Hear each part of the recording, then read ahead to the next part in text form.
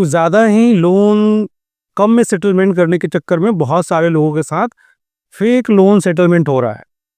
अब कैसे इससे बचा जाए, कैसे आपको पता चलेगा कि ये जो सेटलमेंट कर रहा है बैंक, ये रियल हो रहा है, फेक हो रहा है, क्या हो रहा है? क्योंकि बहुत सारे ऐसे लोग हैं जिन्होंने राष्ट्रीय लोक अदालत में समझौता नहीं किया। उनको ये बताया गया कि जब आप राष्ट्रीय लोक अदालत आए हो, राष्ट्रीय लोक अदालत में जो बैंक के एम्प्लॉय है उन्होंने बुलाया, उनको बैंक में बुलाया और बहुत सारे लोग डायरेक्टली बैंक पास गए। अब बैंकों का क्या होता है कि बैंक टारगेट बेस्ड सेटलमेंट करते हैं कि हर बैंक, हर रिकवरी एजेंट, हर एजेंसीज को एक टारगेट दिया जाता है। अगर उनका टारगेट मीट नहीं हो रहा है, एक बात समझिए, अगर उनका टारगेट मीट नहीं हो रहा है तो वो आपका सेटलमेंट बहुत कम में करते हैं। पर उनका टारगेट मीट हो जाता है तो वो सेटलमेंट में कई बार क्या करते हैं, उनको सेटलमेंट करना नहीं होता पर उनको एक डिपॉजिट करवाना होता है पैसे का। तो कई बार कस्टमर से वो झूठ बोल देते हैं। अब कस्टमर को थोड़ी पता चल रहा है कि जो बैंक का एम्प्लॉय बता रहा है, जो जो भी हमको बता रहा है वो सही बता रहा है, गलत बता रहा है, क्या बता रहा है। हम लोग क्या है कि एक आम आदमी, जो भी लोन सेटलमेंट के बारे में हमें बताया जाता है, जो भी हमें वो समझाया जाता है, ज़्यादातर बातों को हम लोग सही मानते हैं क्योंकि हम लोग को नहीं पता है कि रिकवरी एजेंट अलग होता है, लोन एजेंसीज अलग होता है, लोन मैनेजर अलग होता है, इनके टारगेट्स अलग होते हैं। हमको ये पता है कि हमने लोन लिया है और उसके बाद जो भी हमसे पैसे मांगने आ रहा है वो सच ही बोल रहा है। और ये ज़्यादातर इंडियंस का एक मेंटेलिटी भी बोली और ये सही भी है कि लोगों को उतना नहीं पता है, लोग अपने काम धंधे में लगे हुए हैं, लोन के बारे में उतनी जानकारी नहीं होती, इसका फ़ायदा बैंक वाले उठाते हैं। अब देखिए, फेक लोन सेटलमेंट से कैसे बचना चाहिए?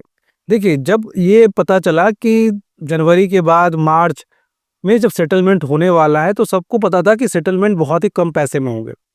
अब इस चक्कर में क्या हुआ कि बहुत सारे रिकवरी एजेंट, बहुत सारे एजेंसीज लोग और उनकी जो एम्प्लॉय है, मैं यहाँ पे सीधे-सीधे किसी बैंक को नहीं बोलूँगा कि उनकी कोई गलती है, उनके एम्प्लॉय है। इसमें भी एम्प्लॉय में 2 तरह की चीज़ें हो रही है।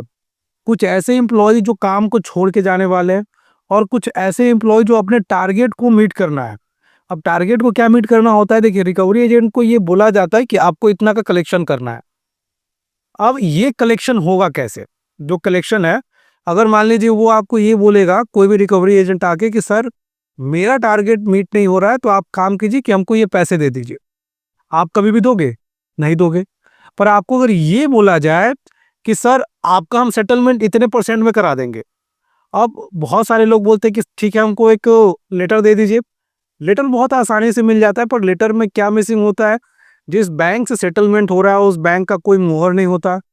वहाँ के जो ब्रांच मैनेजर होता है उनका कोई मोहर नहीं होता। क्योंकि देखिए, आपको एक बात समझना होगा, एंड ऑफ द डे जो मेरे पैसे जमा होंगे वो ब्रांच में होंगे, एक पर्टिकुलर मैनेजर के अंडर में जमा होंगे। जब उस चीज को एग्री मैनेजर नहीं कर रहा, जब उस चीज को एग्री वो ब्रांच नहीं कर रहा, तो क्या मेरा सेटलमेंट होगा? तो ये जो सेटलमेंट्स कराए जा रहे हैं, जो रिकवरी एजेंट द्वारा, जो एजेंसी द्वारा, ये अपने टारगेट को अचीव करने के लिए कराया जा रहा है।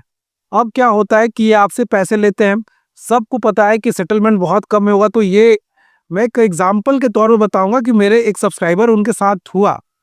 उनके साथ प्रॉब्लम क्या हुई कि उन्हें जब बैंक से बताया गया तो बैंक ने उनके करीब 6.5 लाख के लोन थे।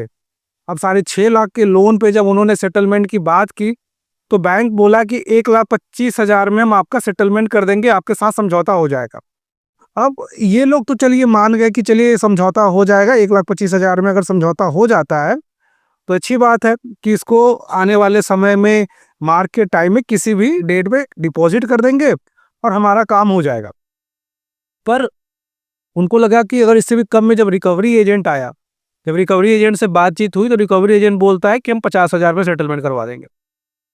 अब वो खुश हो गए। अब वो बोल रहा है कि कहाँ मेरा 1 लाख से ऊपर लग रहा था या का 50,000 में हो रहा था। तो ये कम सेटलमेंट अमाउंट के चक्कर में ये जो लालच आदमी को जब पकड़ा ना, उन्होंने उसको 50,000 रुपए दिए और उसने क्या किया, 50,000 रुपया को एज उनके जो डिफॉल्ट पैसे हैं, जो देखिए रिकवरी एजेंट को क्या मिलता है, किसी के 2 ईएमआई बचे हुए, किसी के 3 ईएमआई बचे, किसी के 4 ईएमआई। आप जितना ज्यादा ईएमआई पेड कराओगे तो आपका इंसेंटिव उतना ज्यादा बनेगा।